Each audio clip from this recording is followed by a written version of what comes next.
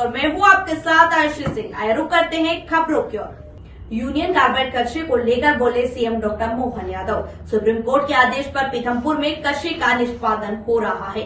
राज्य के अंदर किसी भी प्रकार से किसी को कष्ट न आए। उच्चतम न्यायालय के अनुसार ही हम लोग आगे बढ़ रहे हैं। गलतफहमी फैलाने वालों से बचे, सबका जीवन मूल्यवान, कोई गलत कदम न उठाए। देखिए, मेरा विनम्रता से निवेदन है कि हमारे अपने राज्य के अंदर किसी भी प्रकार से किसी नागरिक के जीवन में कोई कष्ट आए, सरकार ऐसा कभी नहीं चाहेगी। लेकिन सुप्रीम कोर्ट, हाई कोर्ट और उनके माध्यम से यूनियन कार्बाइड के कचरे का निस्तारण करने के लिए जो जगह बताई गई है वो एक अपने आप में फैक्ट्री भी है, और जो हमेशा इस प्रकार के निष्पादन के लिए वो योग्य स्थान सुप्रीम कोर्ट के द्वारा बताया गया है। तो मैं आपसे अपील करना चाहूँगा कि जो कोई भी हमारे समाज के अंदर इसकी गलतफहमी फैलाता है उससे बचाने की जरूरत भी है।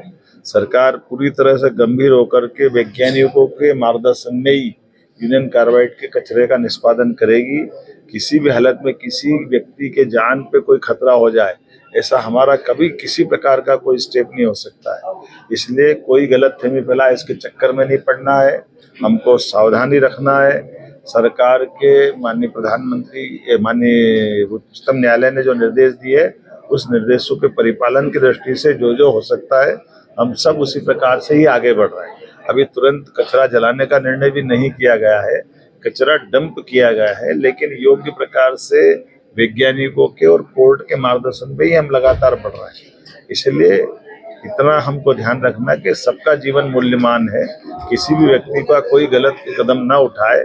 सरकार गंभीरता के साथ सबके जीवन की रक्षा करने के साथ साथ हम सभी प्रकार की व्यवस्थाओं का पालन करने में सबसे आगे खड़े हैं। मैं उम्मीद करता हूं कि मेरी बात आप सब समझेंगे और इस तरह से कोई भी दल भी अगर कोई गलतफहमी, अज्ञानता के आधार पर झूठी बात फैलाता है, ऐसी बातों से भी मैं सबको बचने का आग्रह करूंगा। क्योंकि जो वैज्ञानिक है, अलग अलग 12-12, 13-13 कमेटियां बन रही है, अलग अलग अनुसंधान संस्थान ने अपनी रिपोर्ट दी है, सुप्रीम कोर्ट, उच्च न्यायालय ने सभी प्रकार से उसका परीक्षण भी किया है, और हमारे द्वारा ऐसी कोई बात भी समाज की आएगी तो वो भी उनके सामने रख देंगे।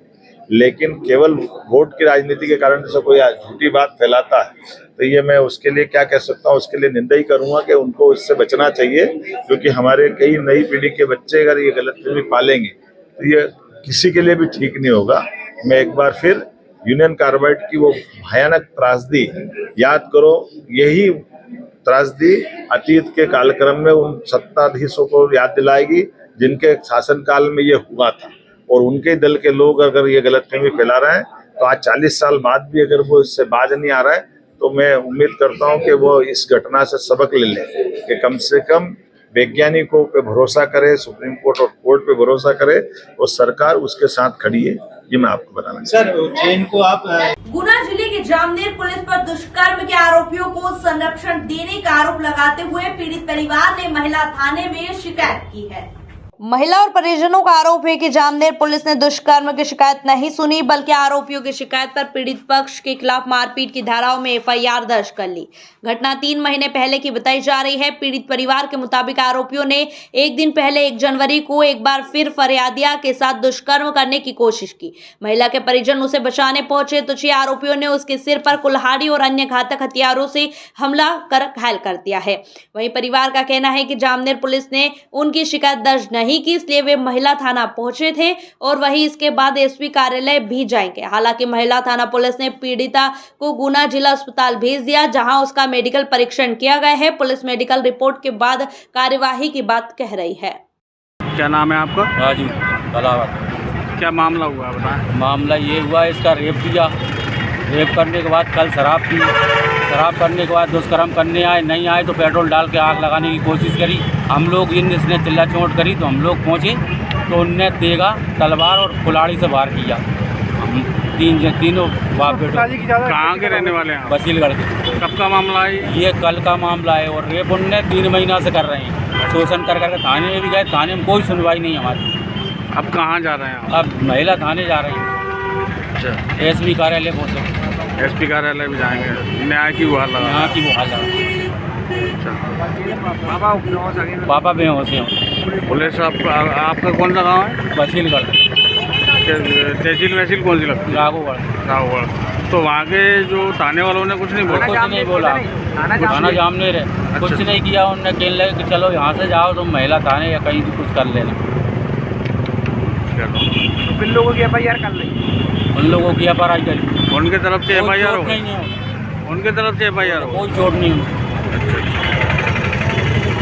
ये मामला थाना जामनेर क्षेत्रांतर्गत गांव से है। इसमें कलावत समाज के 2 लोगों में कल रात में झगड़ा हुआ था। एक पार्टी का मेडिकल हुआ और वो FIR करा के मारपीट की जा चुकी थी। दूसरी पार्टी जो अभी यहाँ आई महिला थाने पर, इनका भी मेडिकल हुआ, परंतु महिला अपने साथ 3 महीने पूर्व का कोई गलत हरकत का मामला बताना चाहती है।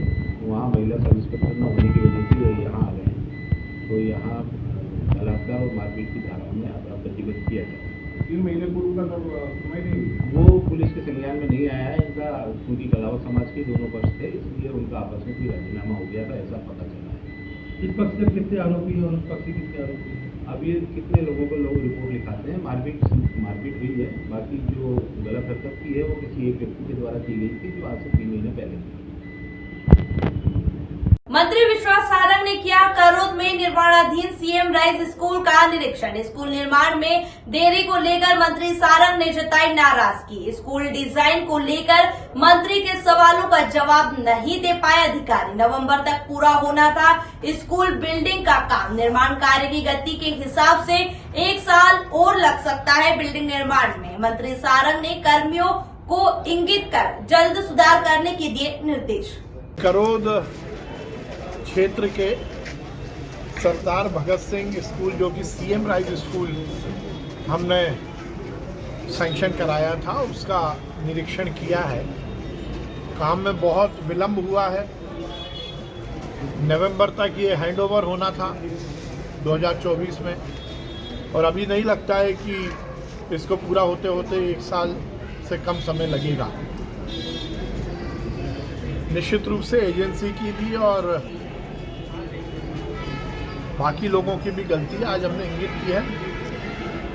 अधिकारियों से कहा है कि ये इस तरह की लापरवाही ठीक नहीं है। पूरी प्लानिंग करके बच्चों की सेफ्टी का ध्यान रखते हुए सभी तरह के एमिनिटीज़ की उपलब्धता के साथ जल्द से जल्द ये कार्य पूर्ण हो, उसके निर्देश दिए हैं। हमारी सरकार की एक अभिनव योजना है स्कूली शिक्षा के उन्नयन के लिए, और हम सब कटिबद्ध हैं, चाहे वो इंफ्रास्ट्रक्चर देना हो या गुणवत्तापूर्ण शिक्षा देना हो, उसी के लिए इस तरह के प्रकल्प शुरू किए। इसमें कुछ खामियां हैं जो हमने इंगित की है, और जो भी संभव होगा उनको ठीक करने के हमने निर्देश दिए। श्यामला हिल्स स्थित क्षेत्रीय शिक्षा संस्थान में राष्ट्रीय स्तर का कला उत्सव आयोजित किया गया, जिसमें मुख्यमंत्री मोहन यादव, विधायक भगवान दास सबनारी, मेयर मालती राय और शिक्षा मंत्री राव उदय प्रताप सिंह और NCERT के डायरेक्टर दिनेश प्रसाद सकलानी मौजूद रहे। कार्यक्रम में देश के विभिन्न हिस्सों से छात्रों ने अपनी कलात्मक प्रस्तुतियां दी। इस दौरान हिमाचली, कश्मीरी, लद्दाख और कई अन्य जनजातीय क्षेत्रों की थीम पर छात्रों ने अपनी कला का प्रदर्शन किया। कार्यक्रम की शुरुआत स्वागत गीत शुभ स्वागतम से हुई। उसके 7 स्वर जैसे हमारे स्वर संगीत के भी होते हैं।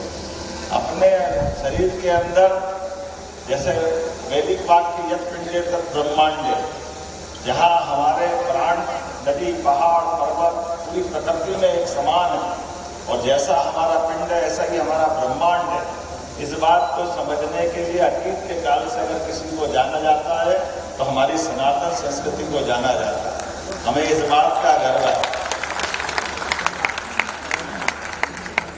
इसलिए हमारे देवी देवताओं को भी अगर देखें तो मुझे इस बात का गर्व है कि भगवान कृष्ण कंस को मारने के बाद भी अगर शिक्षा ग्रहण करने आए तो मध्य प्रदेश की धरती पे आए। महर्षि सांदीपनि आश्रम में उनने अपना शिक्षा अध्ययन का काल पूरा किया, और कलाओं में भी 64 कला, 14 विद्या। अगर इस सब में कोई निष्णात हुआ है तो वो एक ही नाम है जिनको जीते जी श्री कृष्ण वंदे जगत गुरु, जिनको जीते जी शिष्य को गुरु के समान दर्जा अगर मिला तो अपनी इस गुरुकुल पद्धति के माध्यम से मिला। और हमने सबने देखा कि अपने जीवन काल में भगवान कृष्ण के माध्यम से उनने अपने जीवन के विविध पक्षों को विविध समय अलग अलग प्रकार से जिया। हम उनकी एक कला बांसुरी वादन में देखते हैं, उसका आनंद हमको आता है। योग विद्या के माध्यम से वो सुदर्शन चक्र धारण करते हैं, वो एक रूप ध्यान में आता है।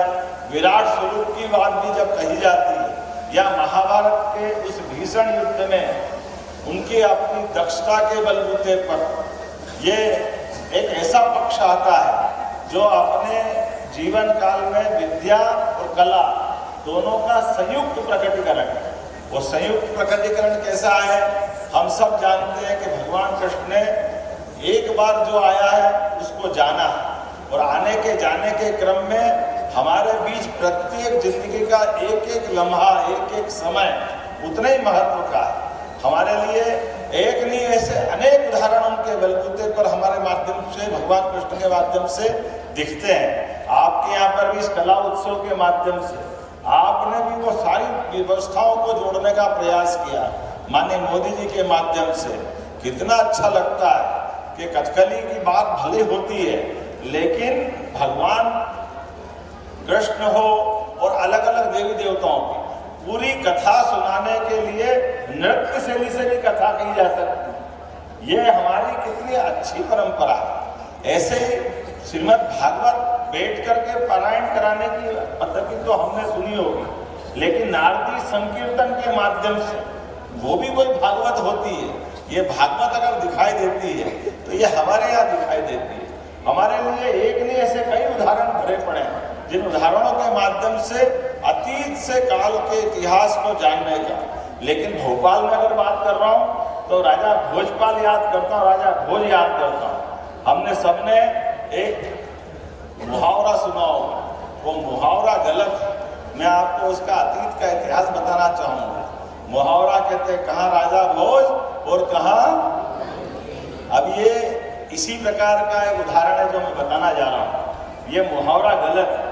मुहावरा का अतीत का इतिहास ये है कि राजा भोज अपने पूर्ववर्ती जिनके माध्यम से उनने अपनी सत्ता पाई थी, सिंधुराज ने अपने मूल बेटे उनके, वास्तव में उनका तो जो मूल बेटा है वो अपना सिंधुराज का बेटा था, बहुत यशस्वी राजा था जिसका नाम है राजा मुंज।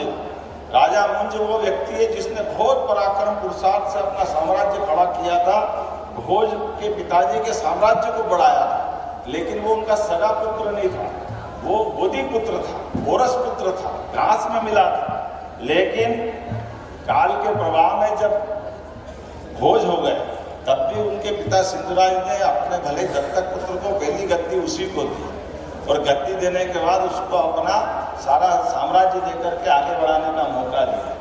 लेकिन एक गलती हो गई भोज से, मुंज से, जब उनने एक अपनी असावधान व्यवस्था के आधार पर युद्ध लड़ लिया और एक युद्ध में उनका प्राणांत हो गया। महापराक्रमी राजा की दुर्दशा युद्ध में ऐसी हुई कि जो कभी उस काल में युद्ध में किसी युद्धबंदी राजा के साथ नहीं होती थी। लेकिन उस दुर्दशा के बाद भी राजा भोज जब थोड़े से बड़े हो रहे तो ये बहुत सारी विधा के जानकार हैं, लिखने के, पढ़ने के, आयुर्वेद के, कविता के, साहित्य के, श्रृंगार के, सब प्रकार के गुणों से। और जब मालूम पड़ा कि भोज शांत हो गए, राजा ये मुंज शांत हो गए और राजा भोज को मौका मिला और सेना ने कहा कि अपने को बदला लेने जाना है। तो बदला लेने के मन में, इनकी मन में जो दूसरे कलाओं के या दूसरे गुण थे, तो इनको वो युद्ध का एहसास ही नहीं था। इनके सामने एक नाटक दिखाया गया। उस नाटक में वापस वो सारी कलाओं के माध्यम से दृश्य दिखाया गया जिसके माध्यम से भोज को राजा मुंज के साथ हुए अपमान की और उनकी सेना की पराजय की पूरी प्रस्तुति दिखाई गई। उस प्रस्तुति के बलबूते पर राजा का खून खोल उठा और उसने एक साथ युद्ध किया दो बड़ी बड़ी सेनाओं से। एक उस समय के राजा हमारे बीच, जैसे ये गांगे और तेलक, दो राज्य थे अलग अलग, गांगे तेलक। और राजा ने एक साथ युद्ध में दोनों को हराया भोज ने। इसलिए उस समय कहावत चल गई, कहा राजा भोज कहा गांगे तेलम। धीरे धीरे करके राजा भोज का पराक्रम अपभ्रंश में गलत हो गया। तो मेरा आपसे निवेदन है, आगे कोई को मुहावरा बोले तो संशोधन भी कर देना। वो भोज बड़ा उनका पराक्रम का इतिहास जुड़ा हुआ, जाने अनजाने हमसे गलती हो जाती है, लेकिन कला की क्या महत्ता मैंने बताने का प्रयास किया। एक नहीं सैकड़ों उदाहरण है, हम सब उन कई सारी बातों को सीख सकते हैं। इतना गौरवशाली हमारा अतीत है।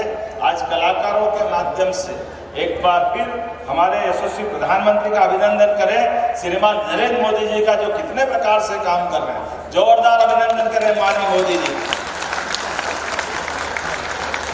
बीजेपी विधायक और पर्यवेक्षक शैलेंद्र जैन की जानकारी। बीजेपी जिला अध्यक्ष चुनाव को लेकर कहा, हमसे संगठन ने जो जानकारी मांगी थी हमने दे दी है। 5 नामों के पैनल पर हो रहा है विचार। सभी जगह रायशुमारी के आधार पर जिला अध्यक्ष बनाए जाएंगे। नेताओं में आपसी मतभेद नहीं है। शैलेंद्र जैन 3 जिलों के पर्यवेक्षक के तौर पर नियुक्त है। भिंड, मुरैना और दतिया की रिपोर्ट संगठन को दे दी है। संगठन पदाधिकारियों को जो ऑब्जर्व किया गया तो वो बता दिया है। अब विचार विनिमय मंथन के बाद निर्णय की स्थिति आएगी। जिला निर्वाचन अधिकारियों ने भी प्रेजेंटेशन दिया है। संगठन को जो जानकारी चाहिए थी वो हमसे ले ली गई है। बड़े नेताओं जनप्रतिनिधियों की भी ली गई है रायशुमारी। बीजेपी संगठन के फॉर्मेट के आधार पर हमने 5 नाम दिए हैं। बुंदेलखंड को लेकर शैलेंद्र जैन ने कहा है कि संगठन पर्व से विषय नहीं मिलता जुलता। संगठन जानता है कि कितने लोग जिला अध्यक्ष के लिए कंफर्म हुए हैं। चंबल में कोई असुविधा नहीं है। सभी नेताओं से मेरी बात हुई है।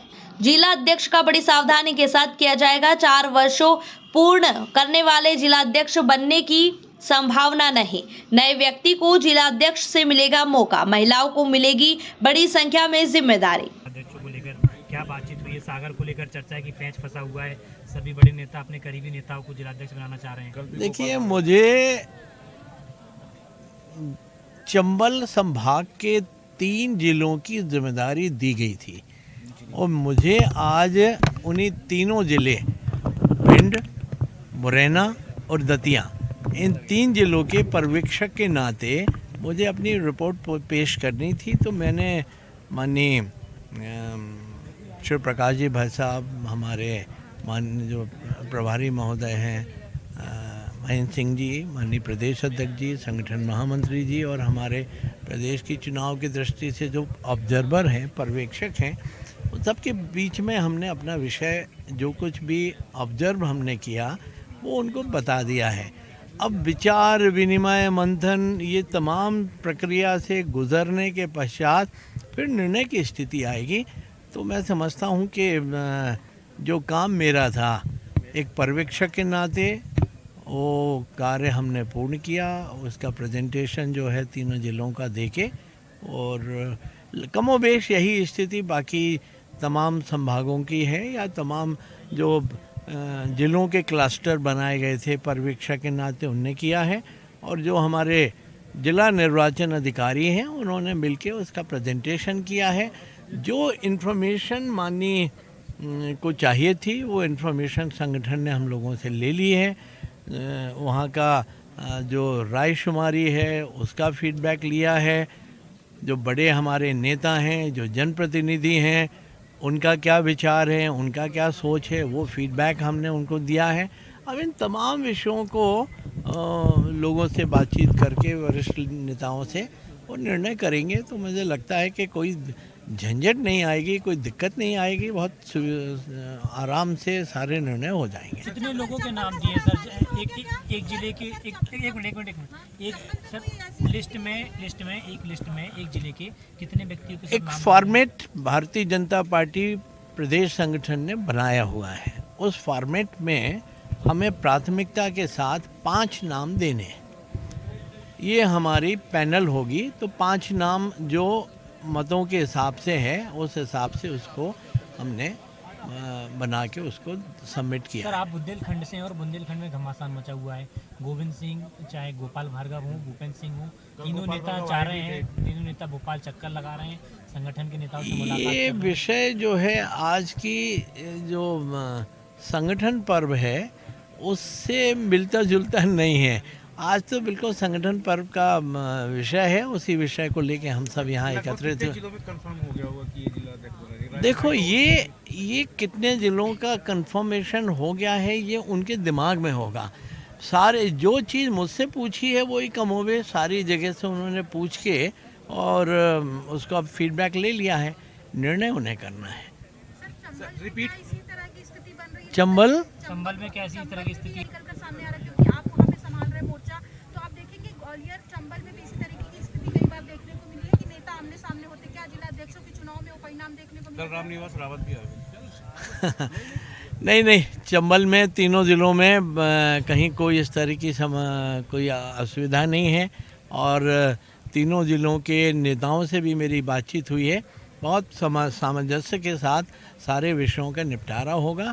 जिलाध्यक्ष चूँकि पार्टी संगठन का जिले का मुखिया होता है, इसलिए उसके चयन में बहुत सावधानी के साथ चयन किया जाएगा, इतना विश्वास हम कर सकते हैं। चयन अच्छा होगा। एक और सवाल सर, जो एक टर्म पूरा कर चुके हैं, क्या उनको फिर से मौका देने की बात कही जाएगी?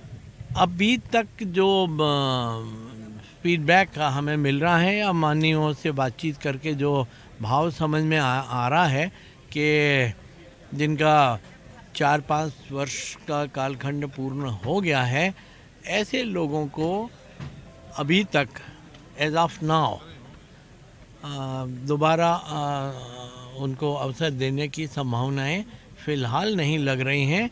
नए व्यक्ति को अवसर देने का ज़्यादा मंशा समझ में आ रही है। महिला को लेकर हाँ, महिलाओं को तो आरक्षण, महिलाओं को तो निश्चित रूप से प्रतिनिधित्व देने का विचार चल रहा है। हमारी खुद की विधानसभा में 4 मंडल हैं, हमने 2 महिलाओं को मंडल अध्यक्ष बनाया। 50% का आरक्षण वाला सागर विधानसभा इकलौता विधानसभा होगा 230 विधानसभा के अंदर।